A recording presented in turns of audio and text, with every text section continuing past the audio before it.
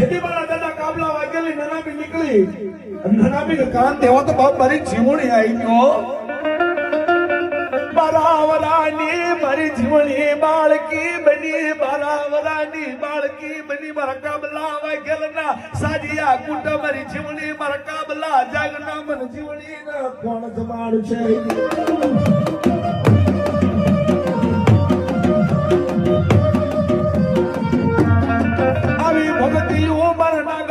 સોટામાં એક દન મારા કાબલા વાગ્યા મારી જીવણી ના ભજનો બજાયો